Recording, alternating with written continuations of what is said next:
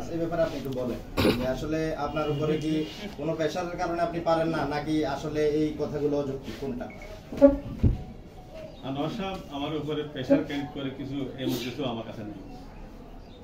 দরবার থেকে হুজুর বা কমিটি যে সিদ্ধান্ত, ওই সিদ্ধান্তের বাইরে আমাকে চলার কোনো সুযোগই তো নেই। যেটা সিদ্ধান্ত হয় ওইটা আমি সিদ্ধান্তটা আমাকে হয়।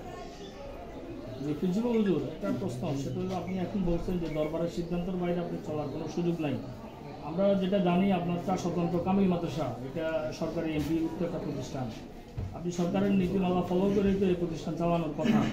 তো সেক্ষেত্রে ধরেন তারা ছাত্ররা যে কালকে যে অভিযোগ করছে, এখানে আমার ভাই এটা করছে এবং তারা মানববন্ধন এবং সংবাদ সম্মেলনে বলছে যে তারা বৈষম্য শিকার হচ্ছে দিনিয়া মাদ্রাসা কারণে। এখানে কামি মাদ্রাসা যারা আছে ছাত্ররা বিভিন্নভাবে বৈষম্য শিকার হচ্ছে। এক্ষেত্রে আপনার বক্তব্যটা কি? বৈষম্যের বিষয়টা তো আপনাদের বলতে পারতেছি না, কারণ মানে আমার কাছে এই পর্যন্ত লিখিত কোনো অভিযোগ কোনো জানাই নেই। যে যদি ছাত্ররা লিখিত অভিযোগ জানাইতো যে আমরা আমরা বৈষম্যের শিকার, তাহলে যেহেতু আমাকে জড়াইয়াও আমরা এটার মধ্যে আমরা অ্যাড করছি, সেটার হয়তো এটা প্রয়োজন মনে করে নাই যে প্রিন্সিপালকে বলতে হবে। এখন ছাত্ররা ভিতরে হয়তো একজন গুঞ্জন করছে যে আমাদের আলিয়া মাদ্রাসা ভবন, আলিয়া মাদ্রাসায় ছাত্ররা আমরা আলিয়া মাদ্রাসা ব্যবহার করবে। এটা আমরা যেহেতু আমরা এখানে প্রিন্সিপাল আছেন মূল হুজুরে, আমরা যে সিদ্ধান্ত দেন আমরা এই সিদ্ধান্তটা ফলো করি। এখন ওখানে আলিয়া মাদ্রাসা ভবন এটা ট্রাস্টের কমিটির অন্তর্গত, ট্রাস্টের চেয়ারম্যান হুজুর, বর্তমান আলিয়া মাদ্রাসা সভাপতি হুজুর। এখন হুজুর যদি কোনো মনে করেন এই কোন একটা ভবন যে কাজে ব্যবহার করার জন্য বলে, ওইটা ওই কাজে হয়। এখানে তো আমার হাতে কিছু নেই।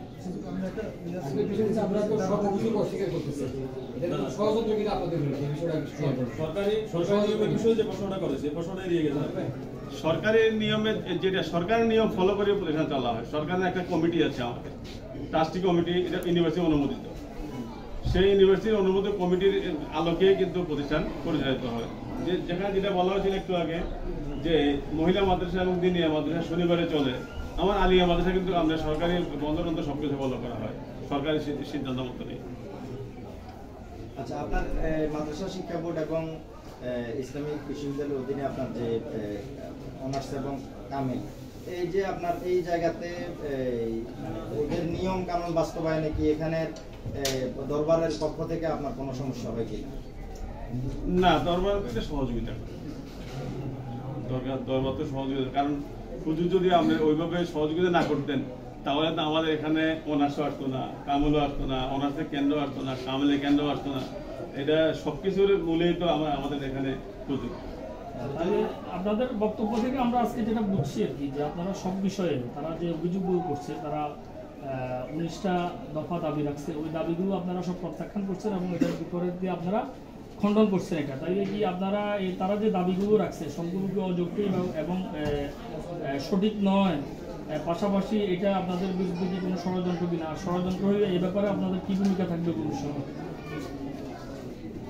ছাত্ররা তো ছাত্রদের বিষয়ে ছাত্ররা বলে এবং তাদের হিসাবে তারা যৌক্তিক দাবি মনে করে, যৌক্তিক দাবি মনে করিয়ে তারা আমরা করছি। তো এই জন্য আমি যেমন ছাত্র আলিয়া মাদ্রাসা ভবনের বিষয় যেটা সেটা বলতে চাই, সেখানে যদি আপনারা মানে আছেন, সাংবাদিক কর্মী আছেন, আপনারা এবং হুজুর যদি অযৌক্তিক মনে করেন, আমি অযৌক্তিক মনে করি, আপনারা সাংবাদিকরা অযৌক্তিক মনে করেন, আমি অযৌক্তিক মনে করি।